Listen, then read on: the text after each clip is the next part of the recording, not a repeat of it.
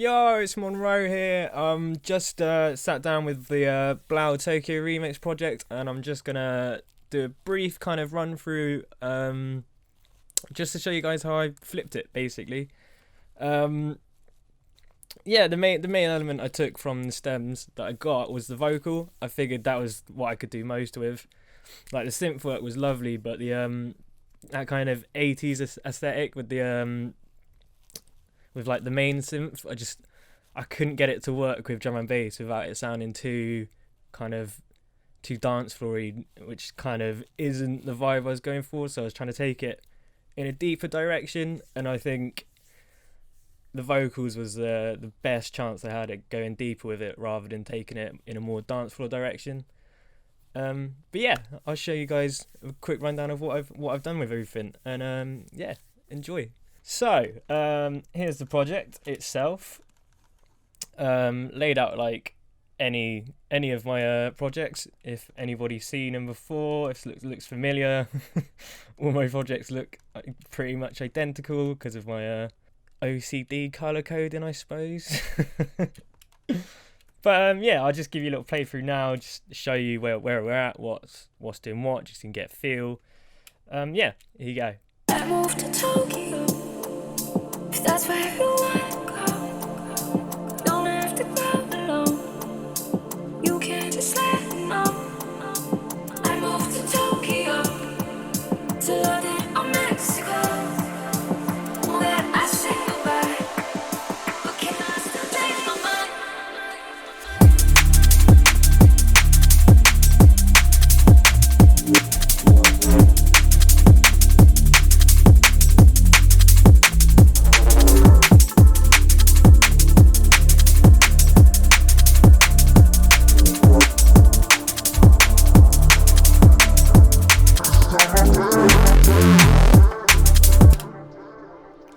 So that's what we're going to be breaking down.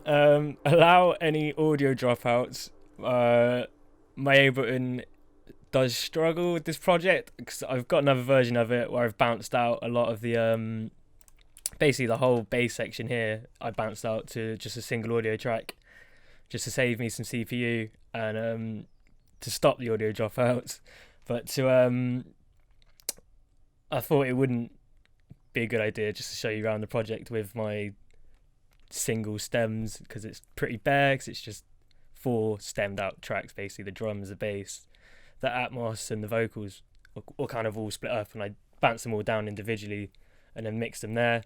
So this is a project before the final mix, but I thought this would be better to show you around in. So if there is any little audio dropouts, do forgive me. It's my fault for being on such a outdated version of Ableton, but yeah, let's get into it. So I'll start at the top, where I've got my drums, like I do with all my tracks.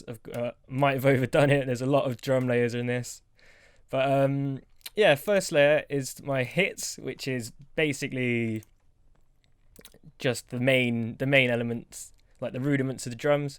So it's your main kick and snare and hat and everything that just keeps it rolling along, you know. So this is the main hits.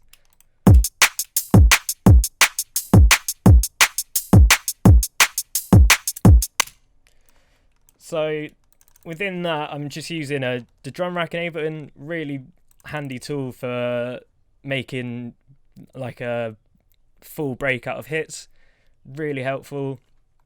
And so yeah, in here I've just got layers of kicks and drums, kicks and drums, kicks and snares. So I've got 2 kicks, basically just from sample packs, just good sample selection, I hope. But yeah, processing wise on the kicks, nothing too major, just a bit of compression and a bit of EQ, and a bit of work with the transient with NI's transient master here, just to take out some of the decay on it, or sustain. So it hasn't got as a big tail. So I'll show you the difference here. So this is with it on,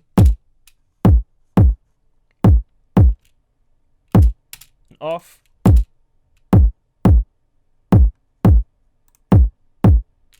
just kind of brings down that tail end a little bit, so it's not as drawn out as a kick, so it can kind of come through the mix a bit more when it's hitting with the sub, which is it's a handy thing to do. And there's a little bit of attack as well, just to get that clicking through quite nice, get the transient coming through nicely. And yeah, with the kick, that's about it. Nothing too major going on. Snare wise, we've got 4 different snares. It sounds like this, or 3 snares, one of them's muted. Processing wise on this, it's same kind of principle, kind of less is more, just good sample selection again. But yeah, so we've just got a bit of EQ just to clean up that low end a bit of compression just to take out the peaks, bring them all, glue all the snare samples together a bit of drive just to crisp them up, the kind of top and mid range of it, and then some parallel reverb going on here. And so it's basically just using an audio effect rack within Ableton, one complete dry signal and one wet signal, so it's like you do use with buses and sends, but just on the snare itself. So this is it. I'll show you A/B it now. So that's with the reverb on. It's only small.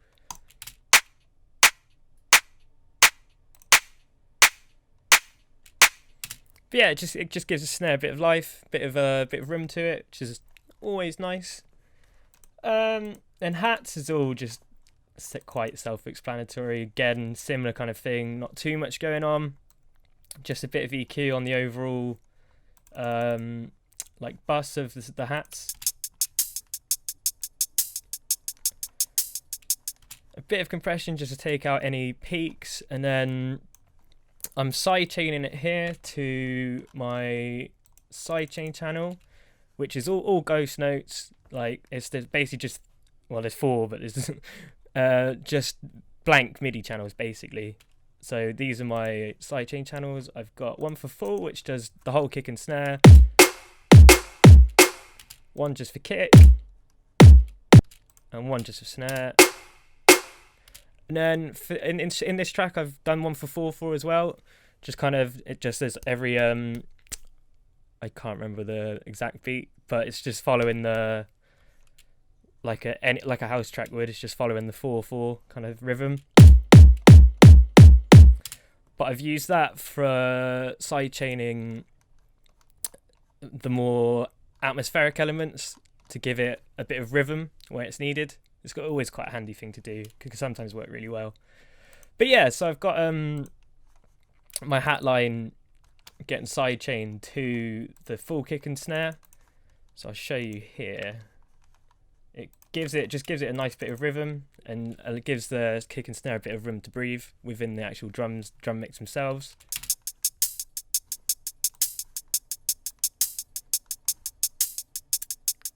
So that's with it on. This is off.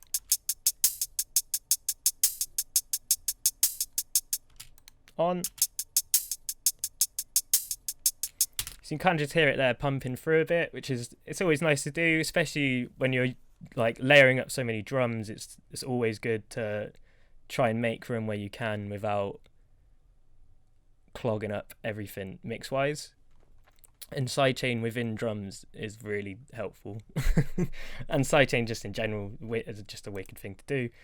So on top of that, I've just got some break layers here just to support the main hits.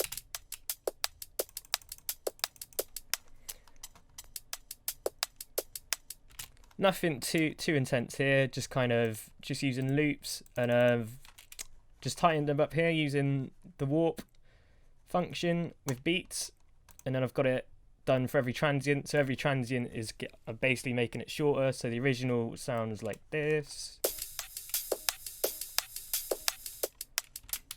and then shorten it down to that, just to get the main kind of kick and snare and the real like ping of the hats basically. And then yeah, on top of that, nothing too major going on. A bit of sidechain just to take down the snare a bit. So it was taken away from the original snare, so I kind of dip that to give the main snare a bit more room. And yeah, this is just just a little shaker, but just doing like eighths. Nothing too major going on there. I'm just kind of splitting it down the stereo so it's extremely kind of spread out just by delaying one. So I've done another parallel, or used the audio effect rack again to make a parallel channel. And so we've got panned one hard right, one hard left, and the one on the hard left I've just delayed by 1 millisecond. So what that's doing is basically making it like a millisecond out of time from the other one, which in turn creates this stereo image of the shaker. So I'll show you the difference. So this is with it on, and without it. So it's a very mono sound, and because it's quite high up in the frequency wise, I wanted it spread out a bit. And this is back on. But yeah, there's loads of ways of doing that, but this is just the way I chose to do that. I've done that throughout this whole track with drums mainly. Like, here's exactly the same principle, but instead of doing it within the within a effect rack, I've used a delay down here. Well, actually, I haven't.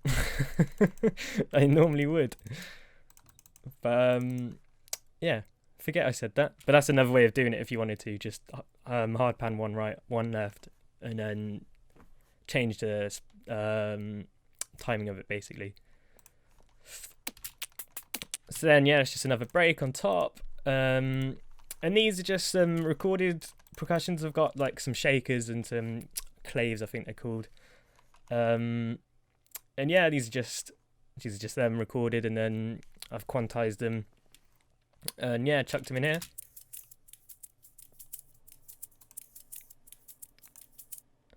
Just for some more top end, and then as always we've got a ride that's doing on the eighths, I think, and it's just filling out that top end quite nicely and keeping everything rolling along.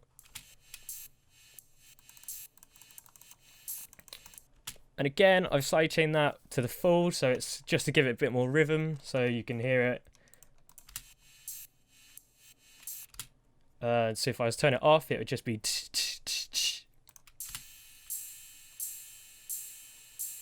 then with it on. Again, there's multiple ways of doing that. You could use it, or you could use automation, like just automating the volume. This is just kind of a lazy way of doing it, but it does the same job, so might as well use it. Yeah, just more top end stuff. Got another shaker here. Nothing going on, just kind of tightened up a bit with the warp again. And then the kind of final layer of the drums is just a load of top stuff just to fill in everything a bit.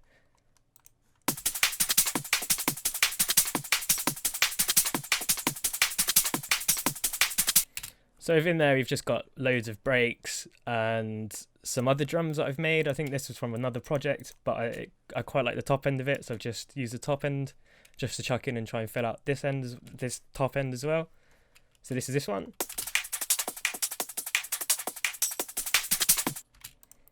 And yeah, so this is drums all together.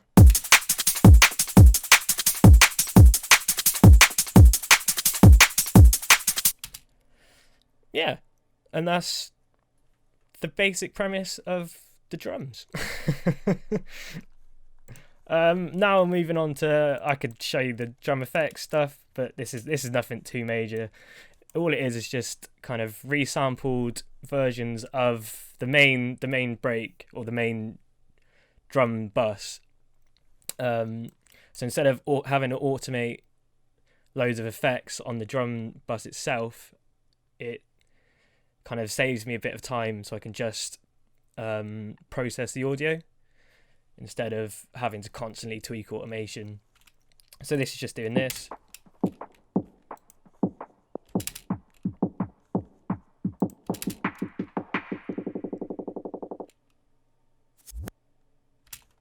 So yeah, nothing too major, just a filtered down version of it with some some reverb automating towards the drop. And yeah, that's about it for the drum effects. Yeah, now moving on to bass. So I think a lot of this was recorded on analog. So it totally depends on what track I'm doing. But with this track, I chose to go quite a more analog route rather than digital. So rather than using VSTs, so I've got an Ovation bass station, really amazing little mono synth that's wicked for any kind of bass line work, and yeah, that's all it kind of is. So I've got so I've played the whole bus together just so you can get a picture of it in context.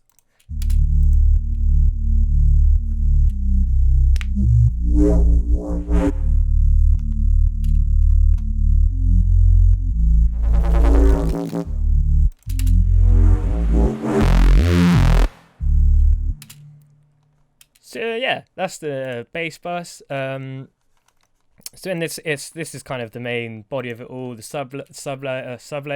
So I've got two versions of this. This is basically just a sine wave from the bass station with a bit of distortion to bring out some harmonics and a bit of noise, and that's kind of it. It's quite a simple sound, nothing too exotic.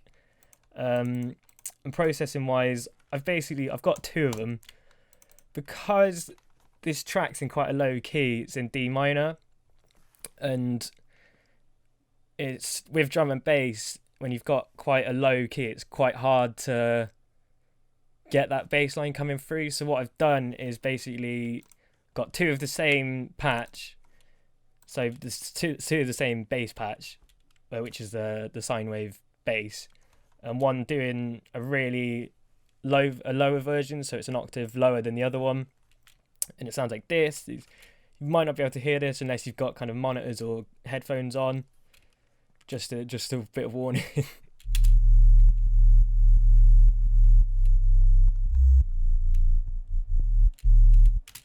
So that's basically just the low end sub filling out the proper sub end, and then on top of that it's just a version of the same sound, just an octave up, and this sounds like this.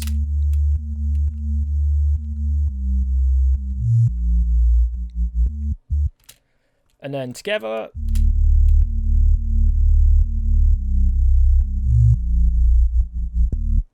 and you just get a bit of a fuller kind of sub end with that. Processing wise, on my sub layer, I've got the virtual tape machine from Slate Digital, which is a wicked bit of kit. It basically just emulates old tape saturation from back in the day and just kind of warms everything up really nicely. So this is without, and then with.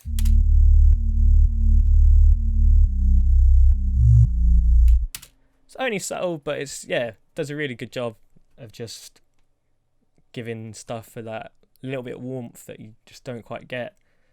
And then post that I've just got two sets of sidechain, one for the kick and one for the snare, just to give room for the kick and the snare to come through, as you would. And then it's rolling into an auto filter with with sidechain again to the kick, and giving it a bit of envelope here, so it's basically following the kick and giving it a bit of movement. So every time the kick hits, that envelope's going up, so it's going like whoom, whoom, if that makes sense. So this is it without. Then with.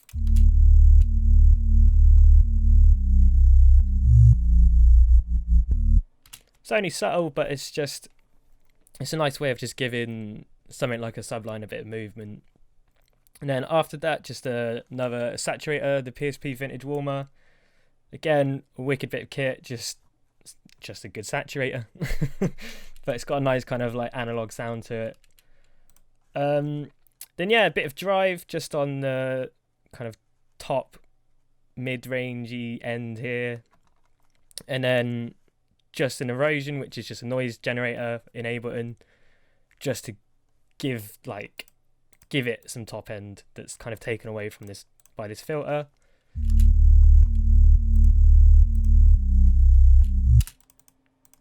And then and then on top of that is just a Reese layer. Again, there's 3 different versions. I've got one that's in massive, which is just, it's really low. You won't really hear it. It's just kind of there to thicken everything else a bit. But again, these were made in the bass station. Simple sound. Just it's kind of like your average Reese, just 2 sawtooths detuned, and then good to go. Bit of distortion, happy days. So this is what it sounds. I've got it filtered down quite a lot.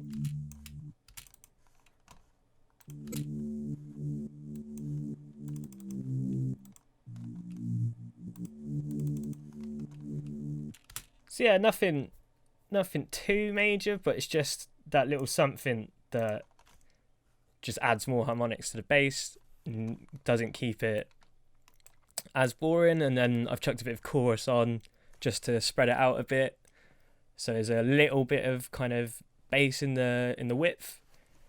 And then I think this is just the same, just a slightly different variant. But yeah, that's the Reese layer on top of the sub, and together they sound like this.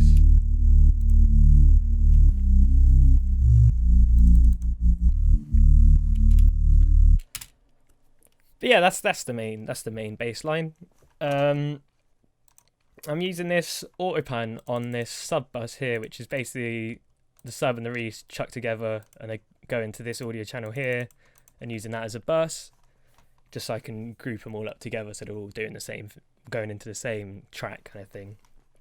And all I'm doing here is using, again, there's a bit more sidechain and some utility that I'm using for volume automation, kind of towards the ends of phrases.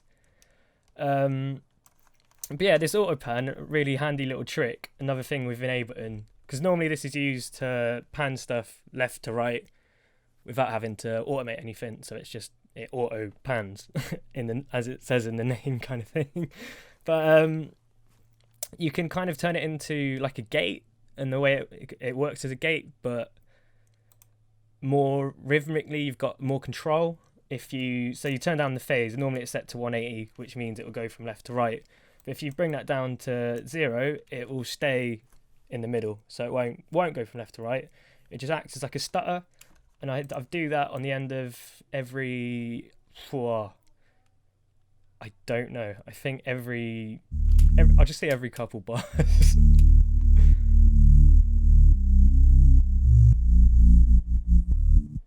But yeah, you can see there, it just automates in. So if I show the automation,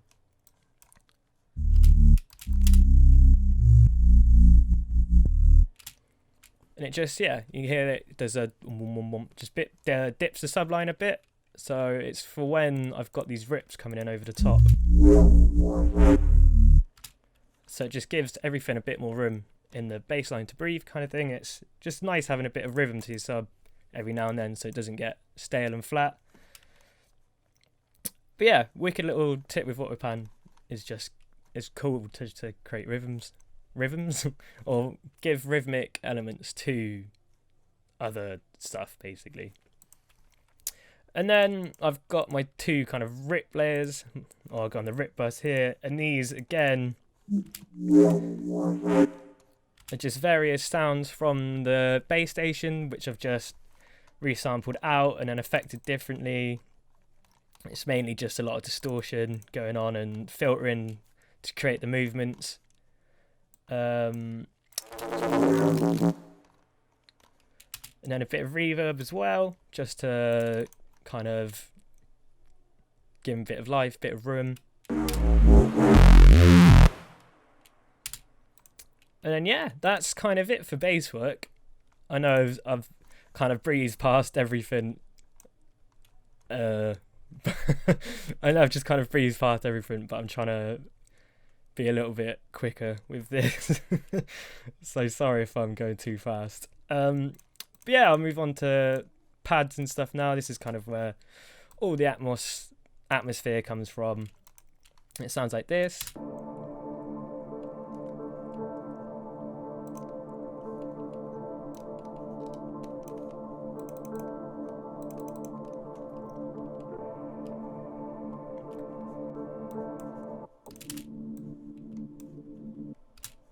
So yeah, that's kind of my main pad in this whole track, which is made up of 3 different elements, but it's made up of a lot more of that.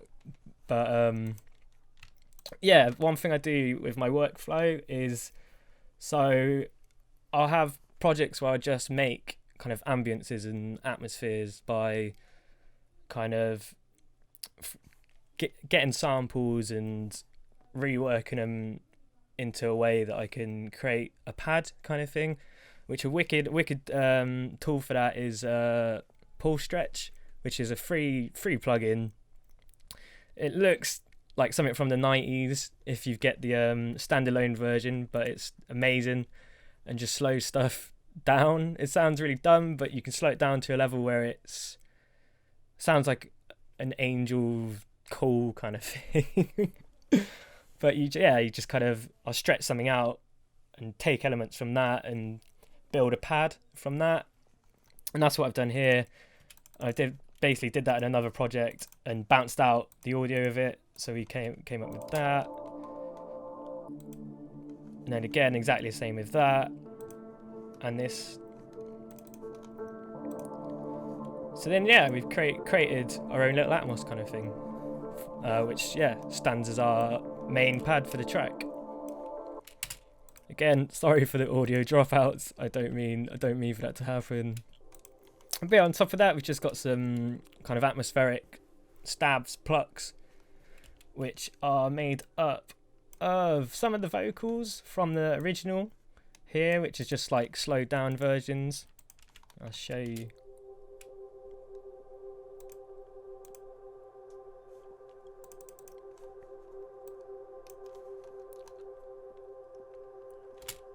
But yeah, so it's basically just a little cut from the vocals that's stretched out, and then I've just chucked a massive reverb tail on it. And then this is a handy little trick that I find using a lot, but I can't remember where I picked this up from, but it's a really handy thing to know, or just something to use. But I've basically got this post, all the reverb and the delay, and it's an OTT, so it's a multi-band, just like a multi-band limiter, I think. An OTT is just a preset, and it just smashes everything to another realm kind of thing. But if you have it post reverb and you kind of automate it in, it accentuates the tail of the reverb and creates these extremely long kind of ambiences. And I just find it gives a really nice sound. I use it a lot with atmospheric stuff. So this is without it.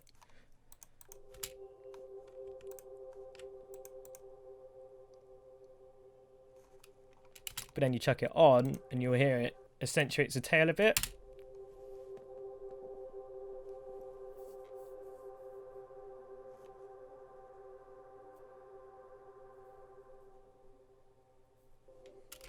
So yeah, it's quite a handy little tip to use. It's just a good way of getting the tails and stuff, just bringing them out a bit more and keeping them going a bit longer by basically ultra compressing it, and you're automating it in, so you've still got the original sound, but you're just compressing the tail and bringing it out a bit basically. Which is, it's a good little thing to know if anybody was interested. And then, after that I've got some more vocal stuff, which again is just, I think, is a mix of the vocal stems themselves, just stretched out versions again, and some other vocals from sample packs I've done the same kind of thing with. So this is what this group sounds like.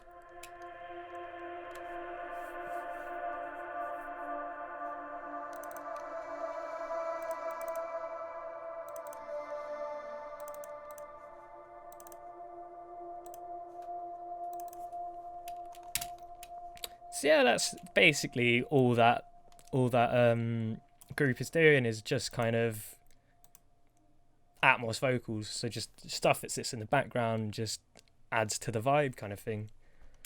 It's a nice little sound, so I thought I might as well chuck them in. And then these are just little swells.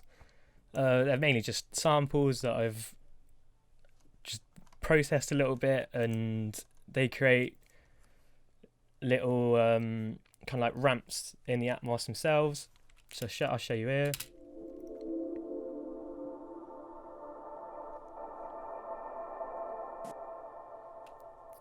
So it's quite a nice ethereal kind of sound, and you mix that with everything. So this is the whole Atmos bus, and this is how they all sound together.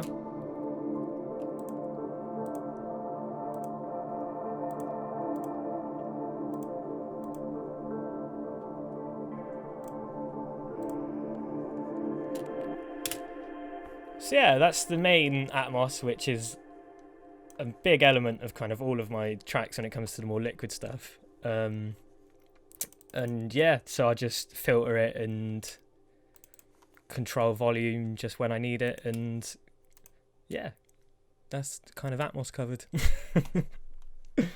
And then moving on, we've got keys. So we've got this one. This is from the original stems, I think. It's just this really nice little little chord from Blau. It's really nice, and I've just kind of kept that.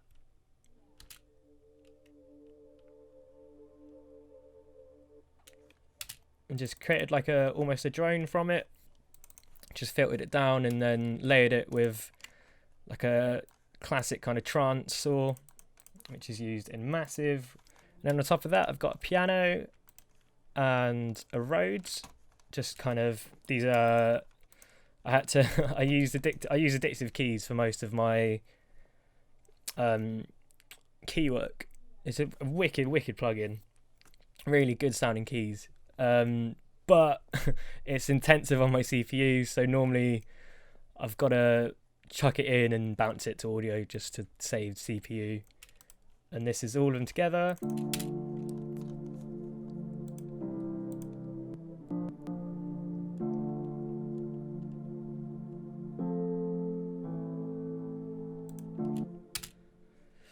And yeah, on top of that, I've just got a little kind of piano up that I recorded in, I think it was originally for another track, but I bounced it out and it was just in my kind of sample folder, and I brung that in, and yeah, it just kind of worked.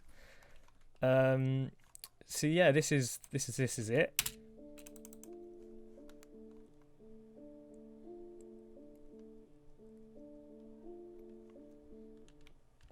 It's only like a simple little ARP, but it adds really nice when you mix it with the keys.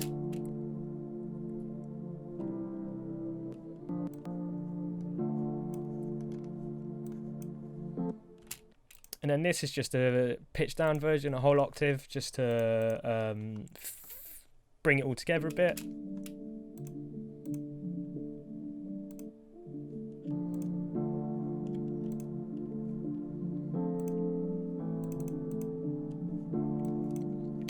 So yeah, that's most of the key work, or by most I mean all of it.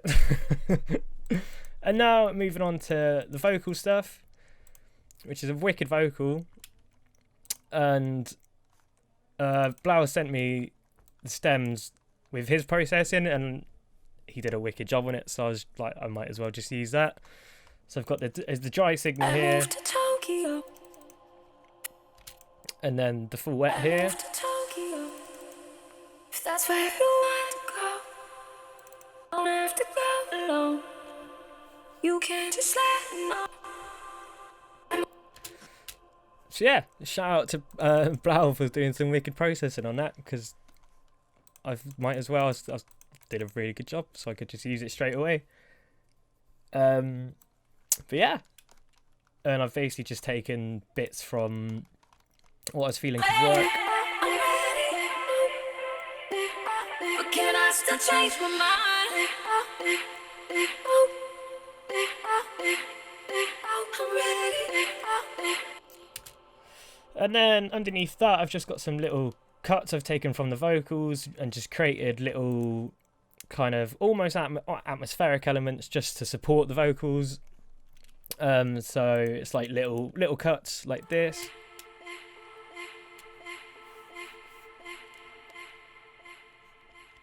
And stuff like this.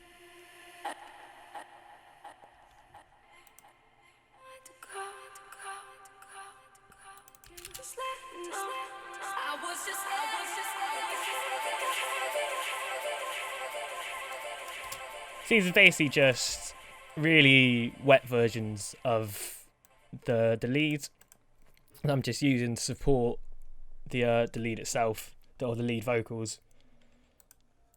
And yeah, that's kind of it. Just little cuts and little pitch downs, etc. And then yeah, I've got more pitch versions here, which is just more of an effect. So here it's just, you hear it.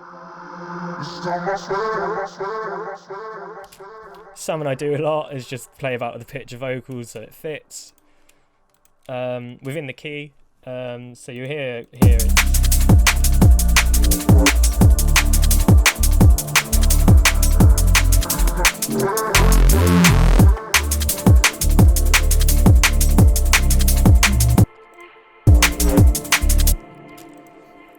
Again, sorry for the audio dropouts. It's not my fault, I promise. And then yeah, I've got a synth bounce. So I've made a load of ARPs on Massive and just played them in, but I bounced them out as audio because it was just, again, eating away at my CPU. So I've just got it as audio here, but I think there was three different ARPs, I think. 2 synths and 1 kind of xylophone kind of sound, or glockenspiel maybe. But this is what this sounds like.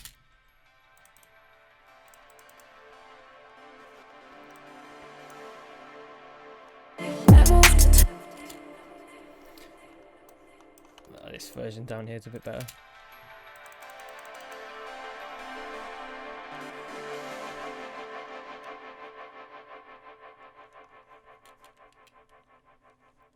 And so yeah, so all I'm doing on processing wise on this, on the bounce, is just a bit of filtering and a bit of that auto pan effect again to stutter it towards the drop. Can't really hear it when it's all together, but it just sounded good at the time.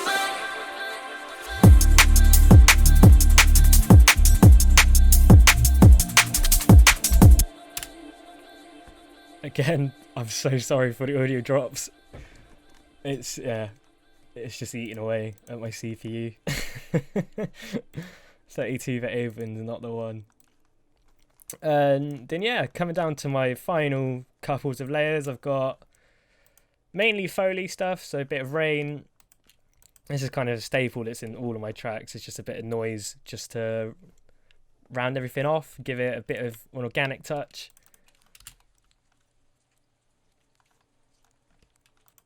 So that's literally just a bit of rain that's kind of goes throughout the whole track. And then here's a couple bounces I've done before from other tracks, which is just Foley, bits of Foley that I've recorded with like my little handheld Zoom and just processed them a bit, cut them about,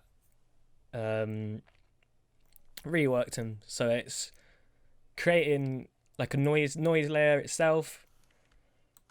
So yeah, there's a lot of kind of like rock sounds and sand and water. So this is what this sounds like.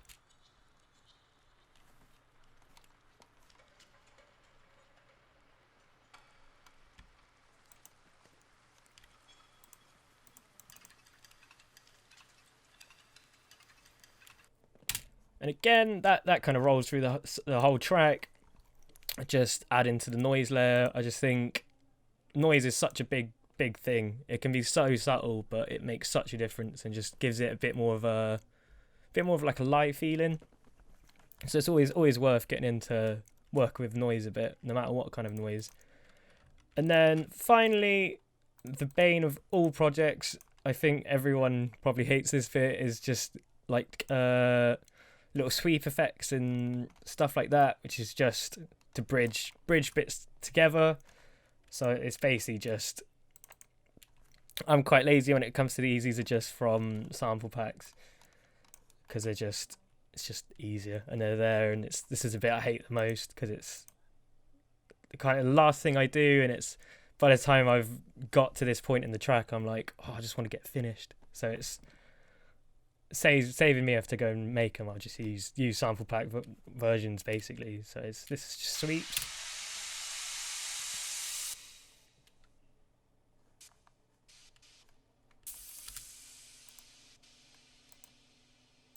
And then layer that with some like reverse cymbals.